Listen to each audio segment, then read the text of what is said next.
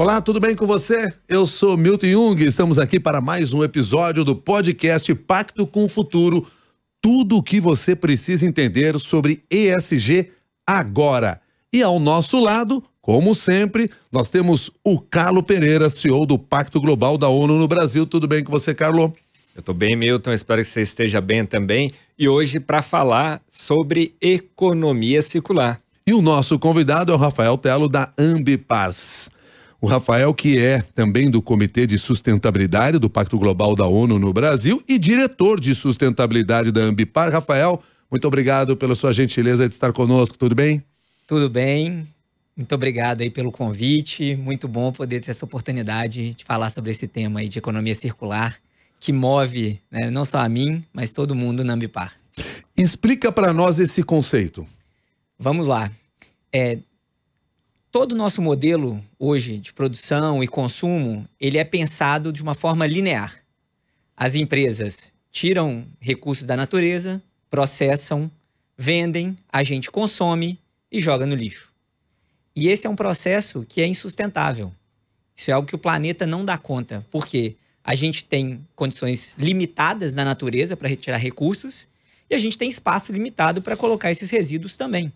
Então, o que a gente precisa fazer é imitar a natureza. Trabalhar numa lógica de circularidade, onde todo resíduo se transforma em algum insumo, em algum novo produto. Porque se a gente pensa em planeta, não existe jogar fora. É tudo dentro do planeta. Então, a circularidade é essa, onde a gente para de pensar em lixo e começa a pensar em reaproveitamento, em reutilização e redução de pressão sobre a natureza. Carlon, tema essencial e que, ao contrário do que se possa imaginar inicialmente, ele não está impactando apenas o ambiental do ESG. Ele passa pelo social, ele passa pela governança, ele passa pela economia.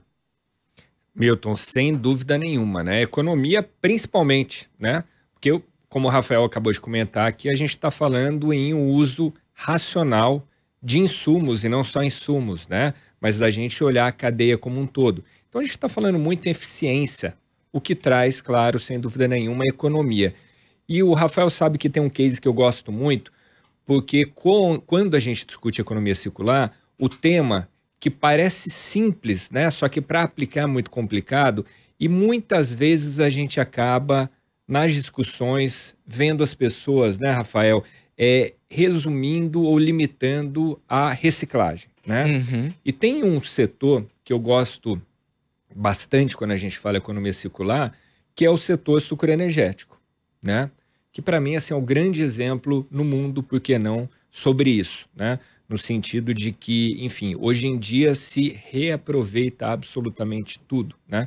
Tanto que o setor saiu de setor, né, sucroalcooleiro para, ou setor canavieiro, na verdade, para sucroalcooleiro, né? Ou seja, produzir a cana para produzir açúcar e tal, depois álcool, etanol, e agora, né, fala sucro energético, porque também produz-se eletricidade no setor. E explica um pouco mais para a gente, por favor. Exatamente. Porque a ideia, né, que a gente tem é justamente de promover essas mudanças, essa revisão das cadeias e demanda, né, uma visão muito ampla, muito profunda do que precisa ser feito para a gente conseguir promover a circularidade. Então, no caso do setor sucroalcooleiro, começou a aproveitar palha para queima para gerar energia, né? Começou a trabalhar com o suco lá para fazer o álcool, o açúcar. Aí depois já estão estudando a segunda geração, que pega o bagaço da cana e transforma também em produto energético, né? E aí, no nosso caso, a gente até pega a varrição de transporte disso, principalmente em portos, para transformar em etanol também. A gente conseguiu utilizar isso, né? Então, isso a gente vê, né, em vários setores. Sucroalcooleiro, o setor de papel e celulose também faz um trabalho muito bacana, né? E um ponto que eu não posso deixar de trazer aqui, que é a parte social também da economia circular. Aqui no Brasil, a gente optou por trabalhar nesse processo do pós-consumo, né, aquele resíduo que sai das nossas casas, via cooperativas. Então, quando a gente apoia também as cooperativas de catadores, a gente também está lidando com temas como pobreza, desigualdade, igualdade de gênero e temas assim também, porque são essas pessoas que fazem com que esse material vá para a indústria, e assim a gente possa realmente ter essa engrenagem da economia circular rodando. Eu imagino que a complexidade de se implantar o tema da economia circular dentro de uma empresa ou num setor da economia seja a necessidade de uma mudança do modelo de negócio, porque essa mudança tem que ocorrer. Exatamente. Vou dar um exemplo aqui, né? Se a gente está falando, por exemplo, de aumento na nossa capacidade de reutilizar embalagens, isso tem que começar lá no design da embalagem, lá na indústria. O designer que está hoje fazendo as embalagens, ele precisa entender como que aquela embalagem dele pode ajudar a gente a reciclá-la lá no fim da vida. E é interessante que até tem os 5 Cs, né, que são os inimigos quando a gente fala da reciclagem, e que isso tem que estar na cabeça de todo mundo que está fazendo design, produzindo, que é cola, cor, composição, combinação, conhecimento do consumidor e um ponto também muito importante, o contexto. Porque não adianta nada eu ter uma embalagem super apropriada para ser reutilizada e na região para onde ela vai, a gente não tem a estrutura preparada para fazer essa reciclagem, para devolver isso para a indústria. Então, se a gente pensa nesses 6 Cs aí, é o que tem que estar na hora que a gente pensa em embalagens, em produtos, tudo isso tem que ser feito para a gente conseguir, né, fazer isso virar realidade. Rafael, você está falando muito da complexidade, né? E me parece ser uma complexidade, como você bem comentou, que a gente tem que... Milton também trouxe a questão do modelo, mudança do modelo de negócio, você falou do design, né? Então, não só em produto ou embalagem, mas a gente tem que pensar o modelo de negócio já desde o seu nascimento, desde do seu desenho, pensar já numa economia circular, né? Não só isso, me parece muito importante, como você bem lembrou no final aí também, como que a gente traz os outros setores da sociedade, né? Então, como que governo e também a sociedade civil atuam conjuntamente com as empresas para que a gente consiga, de fato, melhorar nesse tema? Bom, aí eu acho que faz muito sentido a gente falar dessa parceria que a gente tem com o Pacto, né, do que a gente faz junto. Eu acho que, pensando em trazer os atores aí da economia, a gente tem, dentro da Ambição 2030, nesse movimento do Pacto, o movimento Conexão Circular, que a gente construiu junto. E aí a ideia é justamente trazer as empresas, né, para a gente discutir circularidade com 2 grandes objetivos. O primeiro é que a gente consiga entender quais são as opções que a gente tem de reaproveitamento, de reuso, de reciclagem, né? Ou seja, é a gente olhar para tudo que a gente pode ter como oportunidade e não mandar esse material para um aterro, né? Acho que essa é a primeira reflexão quando a gente olha para o modelo de negócio. E a segunda é realmente pensar no modelo de negócio que leve a circularidade em consideração.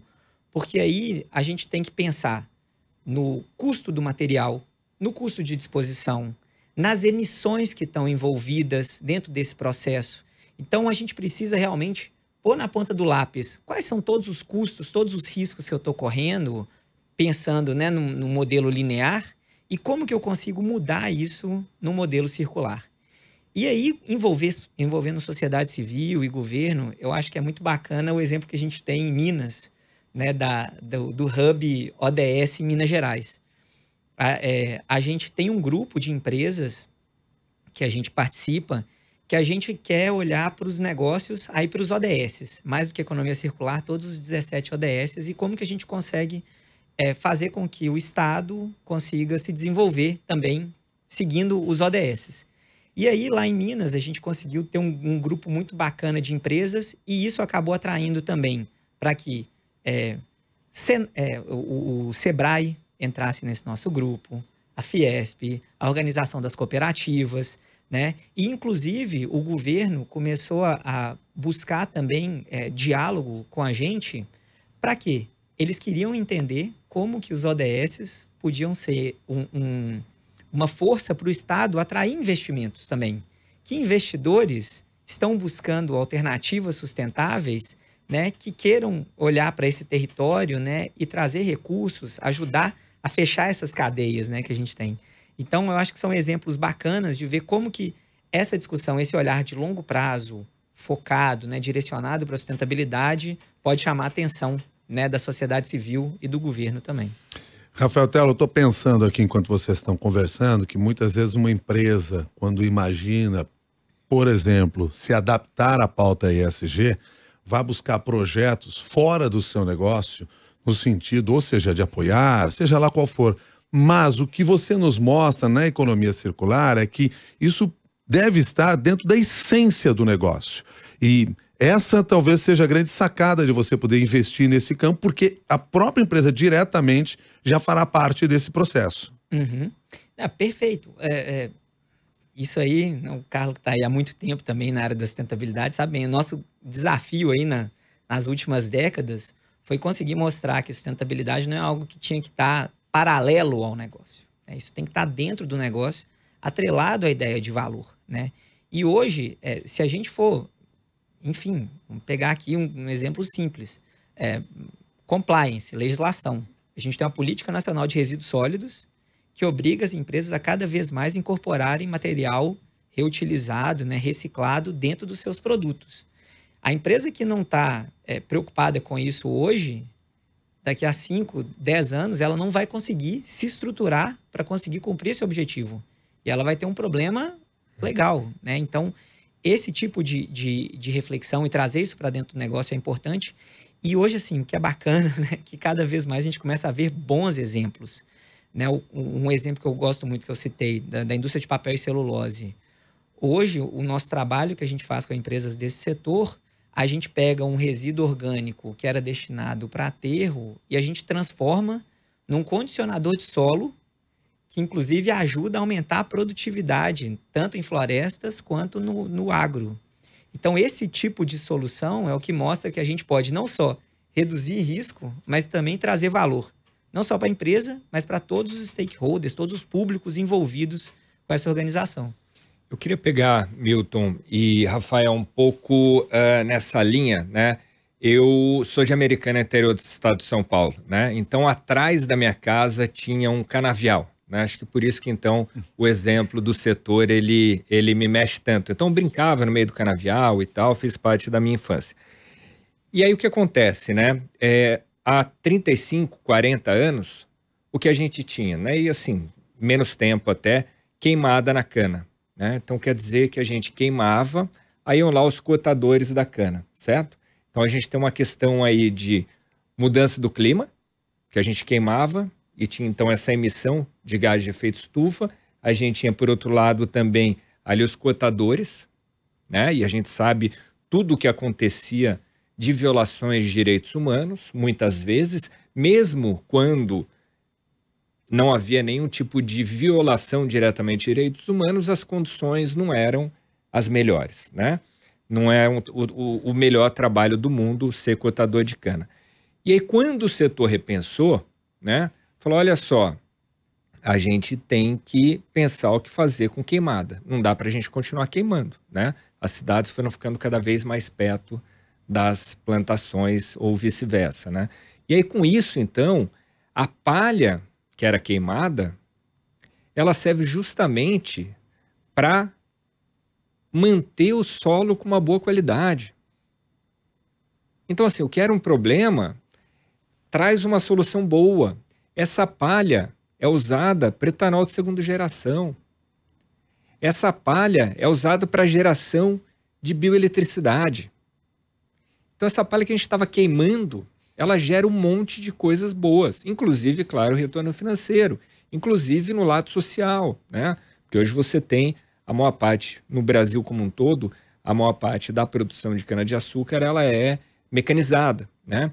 Então, você tem ali oportunidade de trabalho, de um trabalho mais só para fechar, né?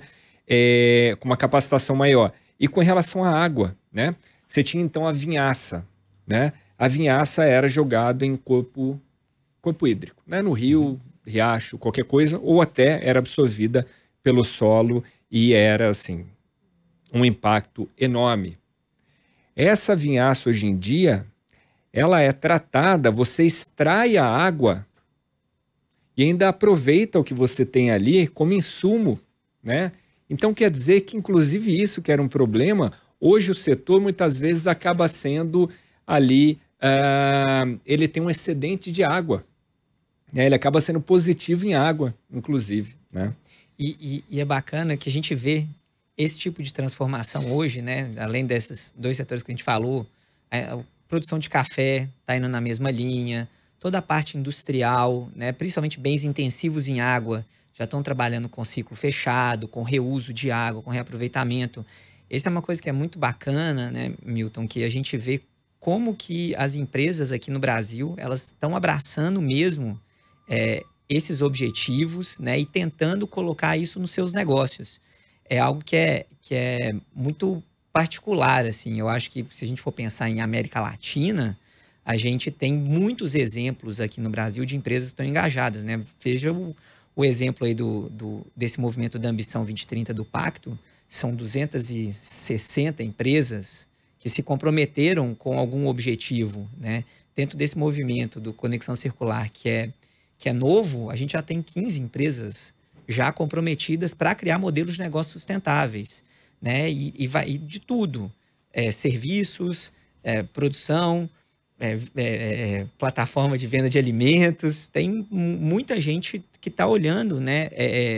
Encarando esse desafio mesmo, porque entende que isso pode gerar valor, né? E o que a gente acredita é que quando a gente consegue pegar um problema ambiental e social, no caso da economia circular, que tem ambos, e dar para ele uma solução econômica, a gente está criando vantagens, fontes de geração de valor que podem se manter por décadas, né? E é isso que a gente quer ver mesmo no país como um todo. Me deixa entender como é que empresas e instituições podem participar do movimento Conexão Circular e se beneficiar do movimento. Sim, bom, o movimento ele é organizado, né, gerenciado pelo Pacto Global, a Ambipar é a empresa embaixadora, mas aí dentro do Pacto tem lá uma página toda com os movimentos, a empresa pode ir lá, né, enfim, signatária do Pacto, obviamente que a gente recomenda que todas as empresas sejam, porque ajuda bastante no nosso dia a dia. E aí lá a empresa pode se comprometer, no caso do movimento Conexão Circular, a gente tem 2 grandes objetivos. O primeiro é trabalhar para que só aquele resíduo mesmo que não tenha outra possibilidade vá para o aterro. Então a gente começa a estudar a área administrativa, depois a área operacional e aí os produtos, né? Então tem também essa evolução que é importante para começar a ter massa crítica dentro das empresas. E o outro compromisso é criar um modelo de negócio circular até 2030. Então a empresa pode ir lá, escolher qual o compromisso que ela queira assinar e aí começar a integrar as nossas reuniões que a gente faz, onde vários executivos de sustentabilidade de outras áreas da empresa se reúnem para discutir como que a gente pode alcançar esses compromissos. Essa transição, ela é demorada? Depende. Claro, um ponto importante também, né? O apoio da liderança determina muito o tempo dessa mudança, né? Então, quando a gente vê, né, um conselho engajado com o tema, uma diretoria engajada com o assunto, a gente consegue ter oportunidade de trabalhar com isso mais rapidamente. O que eu vejo dentro das empresas que a gente trabalha é que existem muitas oportunidades, né? Existem muitas possibilidades da gente poder começar a ir fechando esses ciclos da economia circular. Só que aí vai depender sempre daquela questão, tá? Quanto que eu tenho que investir? Qual que é o meu retorno? Normalmente o retorno é positivo, mas ele é positivo quando, né?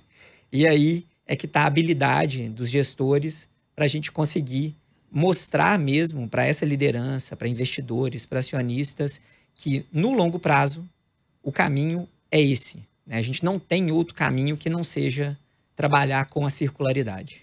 Nós estamos chegando, Carla, ao final de mais um episódio aqui do nosso podcast. Uma última questão? Eu ia fazer um comentário, né? O Rafael trouxe de Minas Gerais. Eu estava me lembrando uma empresa na qual eu trabalhei, Milton e Rafael, o Rafael conhece esse caso, e que a empresa ia ter que parar uma atividade, uma mineradora, tá? Ia ter que parar uma atividade porque já não cabia mais onde eles colocavam ali o rejeito, né? Ia ter que parar. Aí, claro, um impacto importante para a economia local, né? Um impacto para aquela população toda e, sem dúvida nenhuma, para a própria empresa, né? Até que o que aconteceu foi que as pessoas falaram, não, vamos fazer o seguinte, vamos olhar esse rejeito e ver o que a gente consegue extrair do rejeito, né? Fato é que em poucos anos, depois de estudarem, hoje o rejeito dá uma margem maior, dá mais lucro do que você extrair o minério cru, né? Minério cru acho que não se fala dessa maneira, mas o minério ali diretamente, né?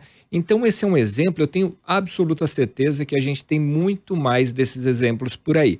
Fato é que a sociedade não permite mais esse pensamento linear no na nossa economia, no nosso meio de produção. Bom, até completar, acho que tem um setor também que é bem interessante, que a gente acompanha e que é fundamental para o país, que é o setor da construção. Que ele está conseguindo trabalhar o seu problema de resíduos. Existia uma informação de aceitação popular, talvez uma lenda urbana, de que para cada 3 prédios que você construía, tinha um de resíduo. Tão ineficiente. Cada 3 prédios construídos, um você botava fora. Exatamente. Né? Tão ineficiente era a indústria. E hoje a gente vê vários processos construtivos, várias organizações trabalhando para lidar com isso, mas não pensando no resíduo ali, pensando na tecnologia, no processo de produção, na formação das pessoas que estão trabalhando. Então, enfim, é um exemplo também bacana. E o que eu acho, né, também, Milton, aqui é uma dica, né, para quem queira começar esse processo, conhecer os seus públicos, entender como que os diferentes públicos da empresa estão lidando com os seus resíduos. Porque na hora que a empresa ela consegue entender como aquele material, aquele resíduo, aquele rejeito que ela gera impacta a comunidade local, os colaboradores, os fornecedores, os parceiros, os clientes, ela começa a ver que ela pode estar perdendo valor, né, ao não fazer um trabalho de circularidade. E é isso, a melhor coisa que tem. Quando a gente ouve alguma coisa que a gente não está esperando, a gente absorve aquilo e tenta achar uma solução. E é aí que a gente consegue gerar valor. Rafael Tello, muito obrigado pela gentileza de colaborar aí com o seu conhecimento. Até uma nova oportunidade. Muito obrigado, agradeço a oportunidade e ficamos à disposição. Rafael Tello, que é diretor de sustentabilidade da Ambipar, também do Comitê de Sustentabilidade do Pacto Global da ONU no Brasil, conversou conosco aqui em mais um episódio do Pacto com o Futuro. Tudo que você precisa entender sobre ESG agora. Carlos Pereira, nós nos encontramos no próximo episódio. Com certeza, Milton. Obrigado. E esperamos que você que está nos acompanhando aqui, siga com a gente também no próximo episódio do Pacto com o Futuro. Tudo que você precisa entender sobre ESG agora. Até mais!